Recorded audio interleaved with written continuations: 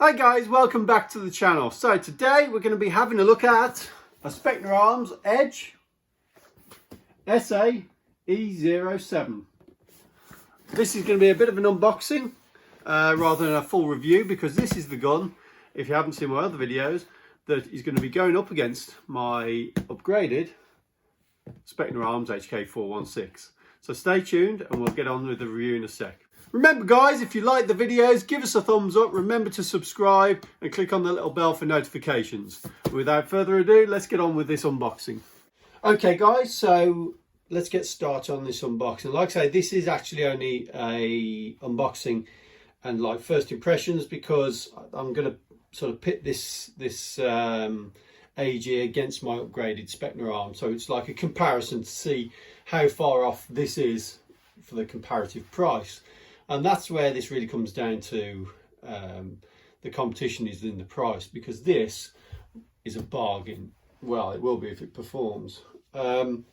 This cost me, it was on sale, they're usually about £200. It cost me £178, which for an AG with what it's got on the spec sheets is incredibly cheap. So let's start off. This is Rock River Arms licensed. It's a real steel manufacturer in the USA. And they make AR platforms for police, military, drug enforcement, all these different things. And this one comes with an ASR gate pre-installed, but more importantly, it also comes with the Orion gearbox. And the Orion gearbox has a lot of parts that you typically buy as an upgrade already installed. So let's get the box out and have a look, see what it's actually like. So the box is nice quality. Open it up, good to see a nice thick foam packaging. And to start off, we've got the user manual. So the user manual, pretty typical. I say this every time, it's a normal kind of manual you get, it's nothing unusual. A few pictures telling you how to operate the gun, how to fit your battery, etc. You also get inside here a quality certificate which gives you the FPS with its current spring inside, the BB weight, size, temperature, and the hop fully released, so it means there was no hop on there, and it gives you the model and the serial number and everything. On top of that, you get your obligatory set of decals from Specna Arms, stick on your gun case. You get the normal Specna Arms lanyard, but in this case, rather than the old one I got with my 416, this one is trade. Well, it's got more trades on there for the Orion gearbox and enter and convert, spring and everything else. So they've just upgraded the lanyard a little bit compared to the last one. We've got ourselves a M90 spring to downgrade the FPS on there if we need to. We've got a small Specna Arms brochure. The varying models in, I assume. I've not actually opened up because it's still in cellophane, but we'll have a look at that. I mean, that's not why you buy the gun. And also in the same area, we have our ASR 4th gen MOSFET, and this is like a troubleshooting card, so it gives you all the colours of the LEDs that you get and reasons behind why they've changed, what might be going on. So that's one thing I do like with Gate, and if you watch my other videos where I'm using the gate type MOSFET, the diagnostics on that is fantastic. So obviously we've got the AEG, but we've also got not one magazine but two magazines. And what's nice about these, they're polymer sort of PMAG style magazines, a little bit like the enhanced polymer mags that you get from PTS, but these are actually Specna Arms own version, and it's got 556 on there, Specna Arms logo, and it's covered in little SA Specna Arms symbols for texturing. And they're actually mid caps, I believe they're about 125 rounds. So that's actually a really good deal to get two mags with the gun as well, and mid caps as well instead of high caps. Also, we have our angled foregrip, or an angled foregrip. Not quite the same as a Magpul angled foregrip, but yeah, it's still angled. And then finally, we get the replica itself. So first impressions, it's actually It actually feels quite light, but it's solid. Now the difference is with these, this is the Edge range, which comes with the MOSFET and the Orion gearbox. They also do another range called the Core range, which are polymer bodies, so slightly lower spec, but that reflects in the cost. And then they do sort of the standard Specna range, which I don't know whether that's going to be phased out or whether it's going to stay, which would include my 416, which comes without the same features as this, so it doesn't have the Orion gearbox or anything like that installed. But these, for the price, are ridiculous. So, first impressions. As you can see, this is the dark earth colour. It looks really nice finish to it. Nice, solid anodizing. No faults that I can see in there. No lumps or bumps in the anodizing like you sometimes get. The finish on the metal works really good. So no complaints there, so looking good. Quite an unusual setup here. I've never seen the rails mounted with what looked like grub screws before, so I'm not sure what this, how this actually fits, but I'm sure we'll find out in the future when we take it apart at some point. All black controls, so for your semi and auto, nice solid clicks, feels good quality. Obviously you've got your mag release, it's single sided, it's not ambidextrous. Personally I like that because the ambidextrous ones I tend to catch on my kit and then go to lift my rifle and find my mags missing. We've got some flip up sights which operate nicely. They have reticules on the top and you can lower one of them if you want to widen it for a slightly bigger eye relief. And they snap down securely. Now it looks like it's got a suppressor on the front, but it's actually a sound enhancer. So it's a cone that leads down and you can see the barrel inside, and it basically enhances the sound of the air coming out of the muzzle.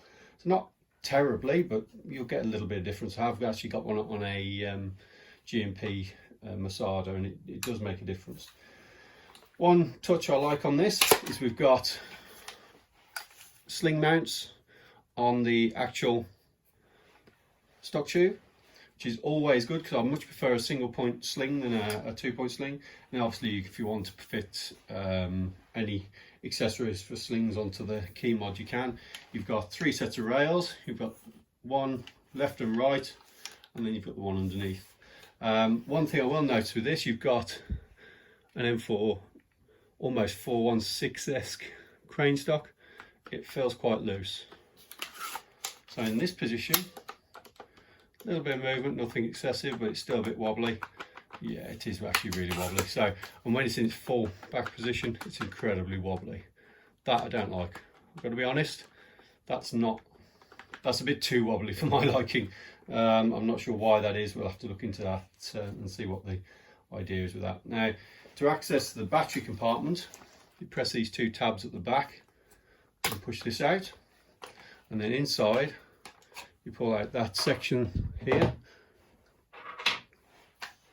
and then we're left with the battery connections inside. So let's take the stock off.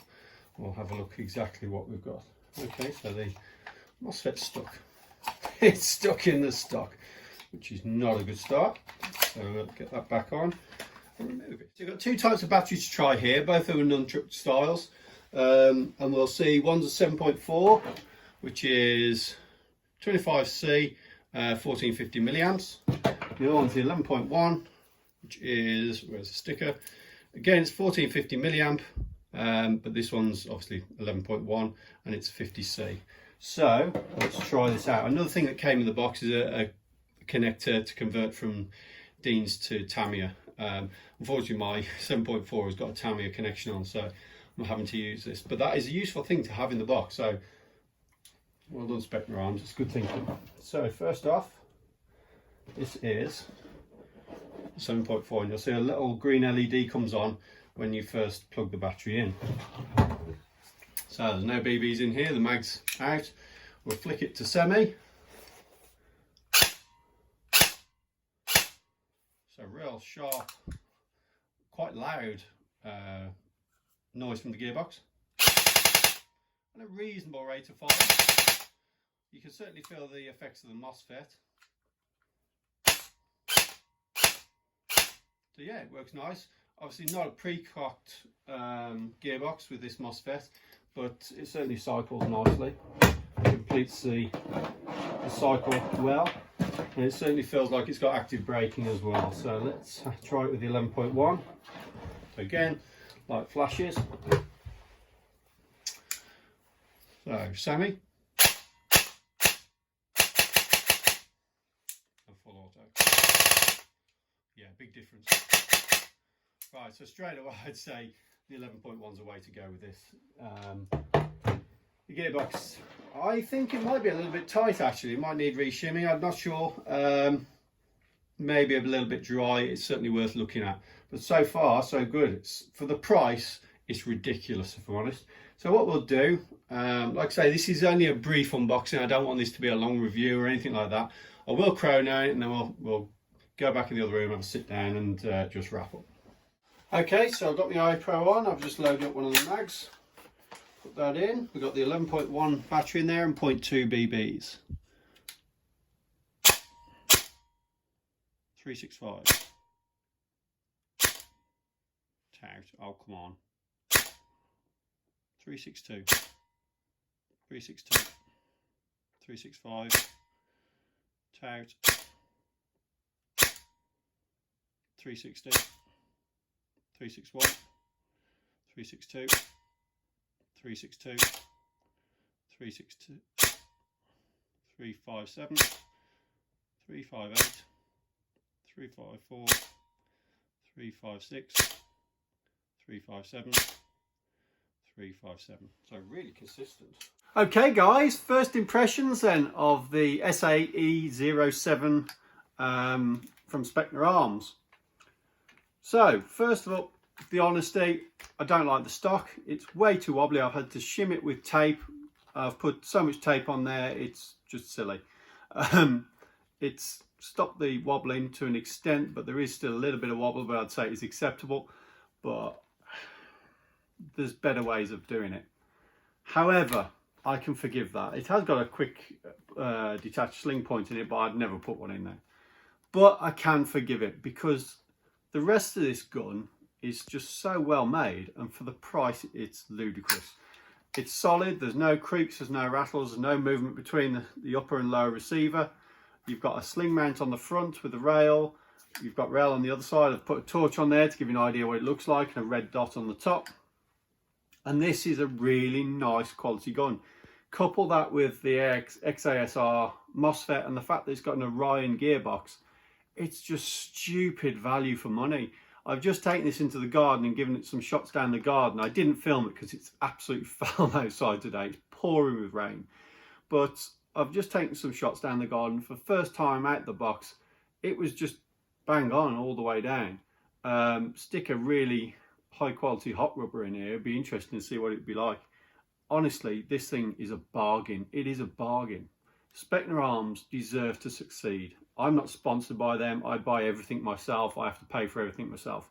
But when you consider what you have to spend on so-called high, top tier AEGs to make them perform, to get something out of the box that works so well from Specna Arms, you have to give it to them.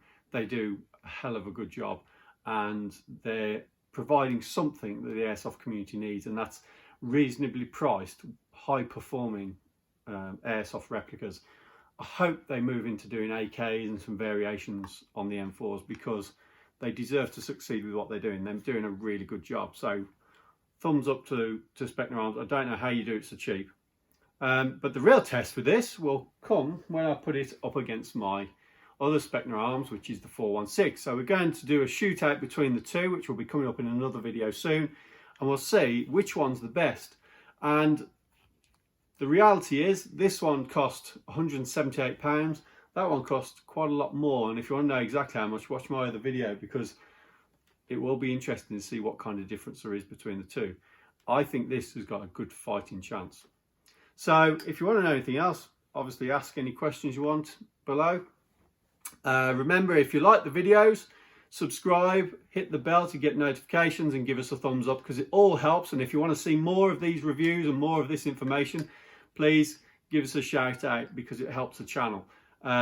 I will do another video on this in the future beyond the shootout between the two, where we'll take it apart, we'll have a look what's inside, and we'll take a good look at the Orion gearbox.